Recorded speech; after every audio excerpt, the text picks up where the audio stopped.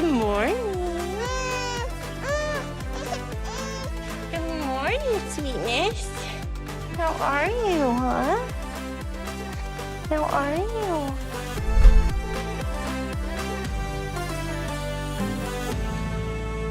Boys, time to wake up. Time to wake up, Dan. Dan, wake up. It's time for school. We gotta get ready for school. Dawson, it's time to get up. So, a normal routine for us in the house is a little bit crazy, a little bit crazy mixed with chaos, mixed with wonderful. Dan, you're brushing your teeth. You can't wear shorts, so you're gonna need pants. It's not summer weather. On school days, it's waking up, getting the boys up, getting them ready for school, getting me ready for work, all at the same time. David wakes up. The boys sometimes have to be reminded, like, 4 different things. And did you flush the potty and wash your hands? Not the baby to sleep. Mom, he's crying. What's a normal day like? You just run around and gotta get dressed. Yeah. Boys, you guys can go get in the car and get buckled up. I think I'm the most worried about Juan coming here and it's like, straight to work, straight to business, time to start family life, time to raise our child together. I know. I'm a mental health counselor in private practice, and, you know, I work quite a bit, so he's gonna have to step up and help me out. Brr. I have sacrificed a lot for him for his job, and now it's his turn to sacrifice and bend over a little bit for my job. Okay, we ready? Yeah.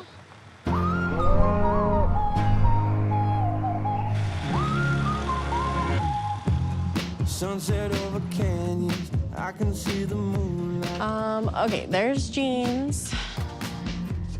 Get him a nice, You're gonna have to get him a Carhartt. get him a nice cowboy shirt. Cowboy shirt. He would look great. Megan and I have been friends forever, and we're both counselors, and Amanda is like our office assistant. They're both really feisty and really opinionated, and they're protective of me like I'm their friend, and so obviously they want to protect me and my feelings and not get hurt. This looks like something I could see him in. Yeah, the gray hoodie's The gray perfect. hoodie like balances it out. does. And he's never had a winter coat in his life. No, probably his first time wearing Has he gloves. ever actually seen snow? No, nope. This would be a first too. He's gonna get on the plane, get off, and turn right back around like, nope. My original hope was that Juan could be here in the summertime and like we could ease into the cold weather and it not be like, bam, cold right away. But that's not what's happening, and he gets here in December. A lot of times during the winter, it will be -10, -15. Like last year, it got like -60. It freezes your ears off, and it like burns. It hurts so bad, like it gives you such an earache. That's definitely the worst part. I mean, I feel the pressure to like make this, you know, his home and for him to feel comfortable. Well, almost all your guys' time has been on vacation, on cruises in Colombia. Like For now sure. he's gonna see Jessica, constant working, plus 3 boys. How is he gonna deal with that? I think there's parts of it, the money and some of the travels, that are gonna be hard for him to leave behind. Yeah, I definitely have a concern about him coming here and not being able to make money and then wanting to go back on the cruise. That's what I'm worried about. Megan and Amanda are more skeptical because about 8 months after Juan and I had been engaged, a lady reached out to me and had said that she had met Juan on a cruise and that they had hooked up, and I was really confused by it. I know she texted you, she called you, basically saying like we had something, but we never had something. Juan was trying to reassure me of what his role was in that and that it didn't happen. I did want to talk to you about you going back to the cruise where it's easy to do something and get away with it. I haven't cheated on you, and I won't cheat on you no matter what. since then, you know, we've had a kid together and he's finally coming to America, so I'm definitely trying to move past all that. But truthfully, I know there's something that my friends don't know, and I'm a little nervous about what will happen if that comes to light. The situation with the girl reaching out, I'm just still nervous about that. I'm worried for your heart, and yeah, I'm just really nervous. I wasn't able to clear up really anything when I was able to talk to Juan in Colombia because he was not wanting to talk about it. I know. When this woman reached out to Jessica and I about the alleged cheating incident, I was blood boiling, as you can tell. And I couldn't wait to finally talk to Juan. When I went to Colombia, I was able to have that conversation, and it didn't go as planned, I would say.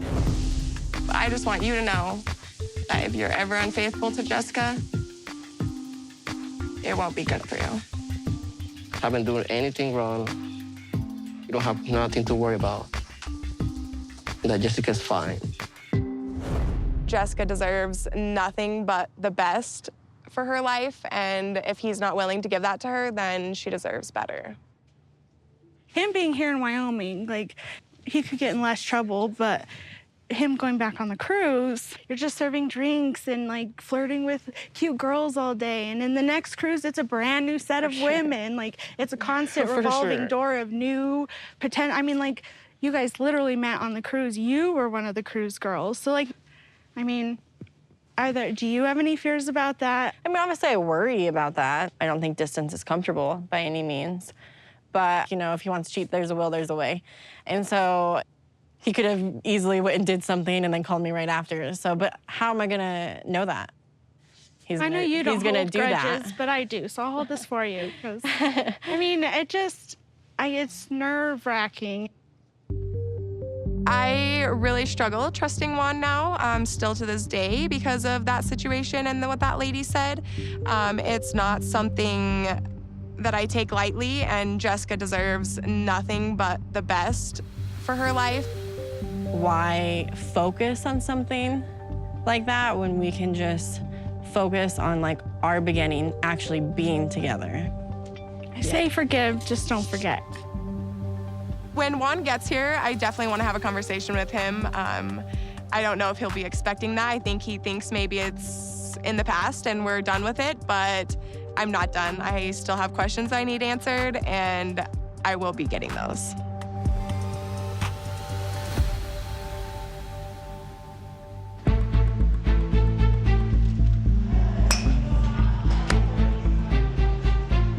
We're thinking about having another baby.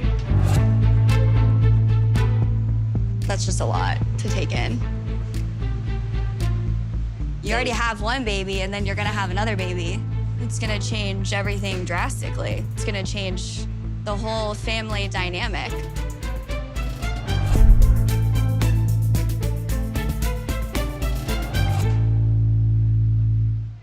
I wanted to discuss it with you because she's thrown it out there like multiple times. I mean, I already accepted that you had one baby.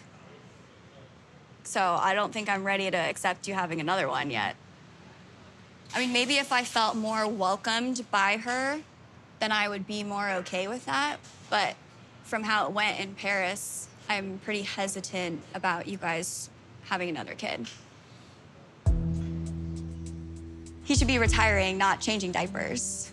I almost feel like her having another baby with my dad is her way of separating and taking control over the situation, taking control over him, further dividing the family. You really feel like she's in it for the right reasons and not just because she wants to come to the U.S. and because you pay for everything? Maybe that's a 2% fear. I want to make sure I'm looking at this fully, and this is the rest of my life, too. So, are you comfortable getting a prenup?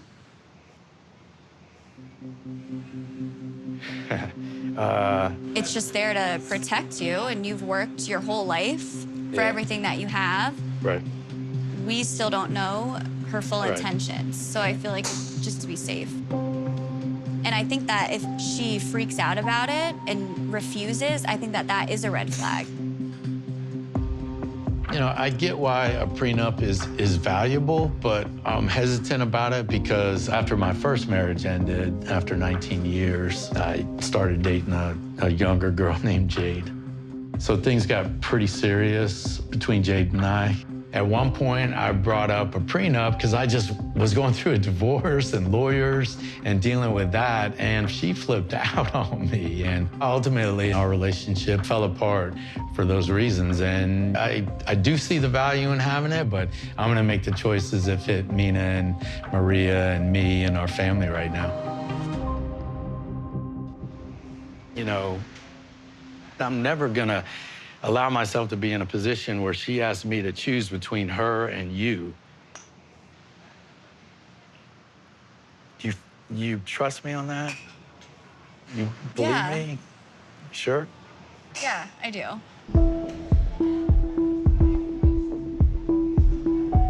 My dad is just so in love with her, and I don't think he really sees what she could potentially be doing to our family. I think she might think that she can get away with it, but when Mina finally comes to the United States, this isn't gonna fly anymore, and I think that we might have to have some hard conversations.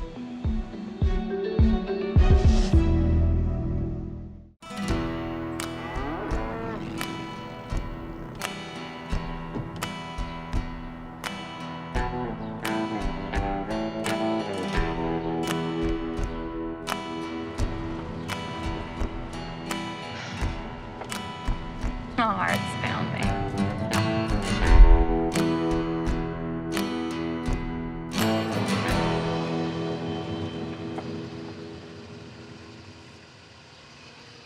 Honestly, I am ready to get the conversation behind me, but the thought of it not going well is kind of torturing my brain a little. And if his reaction is not good, I don't think I'll be able to handle it.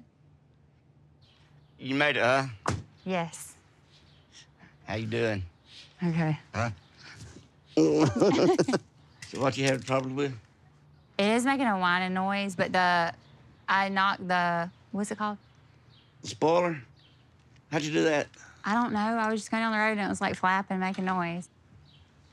My dad was a mechanic, and I took him straight up doing body and paint work. So I always taking care of Stevie and her vehicles.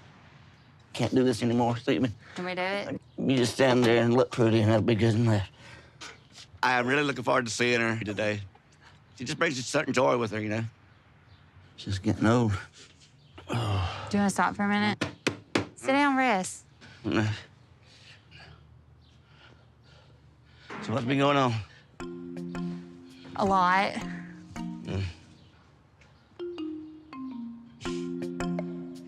I'm putting it off, but I have to tell you. It's probably gonna be a bit shocking. I mean, it's gonna make me mad. It better not. So you remember the time I went to Turkey? Mm-hmm. I said, I'm going to see people I work with, and you said something to me. Do you remember what you said? Well, first of all, I told you. No, I don't have a clue what I said. Really? I told you, I mean, well, right before. I told you it's crazy. I mean, you said nobody goes across the world unless, you don't remember? Unless they go to see somebody? I don't. Yeah. I did meet somebody there that was one of my students, so I was not lying to you. But I ended up having a lot of feelings for this person. That's a he? Dad! Well, you keep saying that person. Stop. Stop. Stop. Yeah. Stop now. What's his name? Maddie. The guy? Yeah, but my name's Stevie. Oh, yeah. And I've dealt with that my whole life. But with that being said, the country he's from is not that good of a country. The government is not good. The people are good. He's from Iran.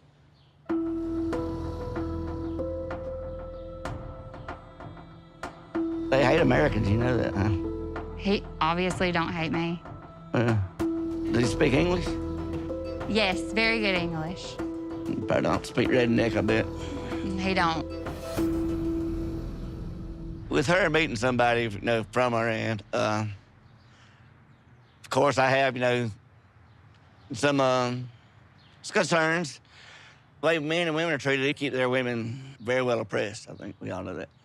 It's gonna have to be a shock. I mean, it's gonna be a lot of differences going on. Is it over with now? You got it out of your system? It's definitely something that I do want to follow through with. And I do love him and I do care about him. And he did tell me that he would like to spend the rest of his life with me.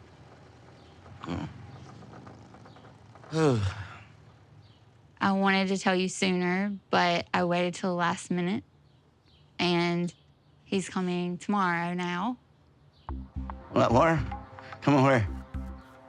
He'll be coming on his K-1 visa, and we will have 90 days to get married.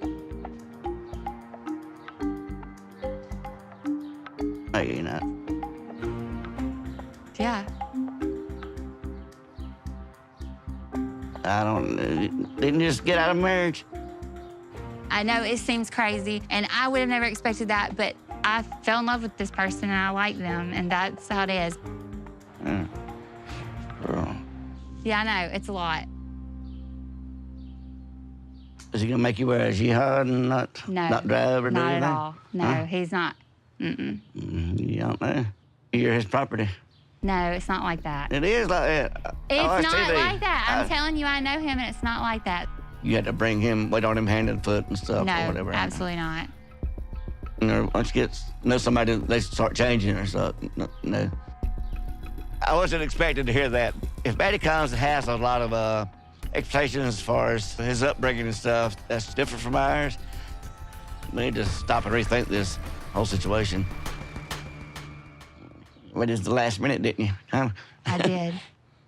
I think even though this wasn't like, it feels like it happened faster than I would have liked, I think sometimes timing can be perfect even when it's imperfect. And I really want you to be able to meet him and be there. That's important to me.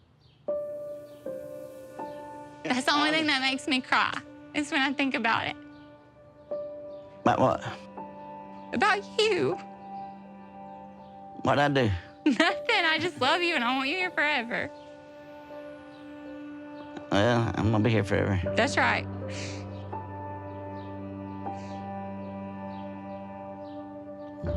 Even though we only have 90 days, I would need your approval before I married someone. But most importantly, I couldn't do something like that unless I had you walk me down the aisle. Would you be willing to do that?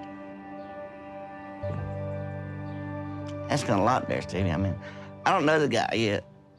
If you say you're in love, you know, love is blind sometimes. I might see something there that, you know. And then if you approve of him, then would you want me down the aisle? We'll figure that out, talk about that later. Yes, sir. Honestly, I don't know what I'll do if my dad doesn't approve of Maddie. Because Maddie being from Iran means that his visa situation is much different than other people's. When Maddie comes here, we are pretty certain that Maddie will never be able to return back to his home country. There's a good chance that he won't be able to see his family or his friends in Iran ever again. It's a massive sacrifice, and honestly, it just adds a lot of stress for me. I won't choose between my dad or Maddie. I can't do that. So this crazy situation, it has to work. And we don't have a backup plan. It has to work. 3 months. 3 months to see if you like him. Who? I need you liking.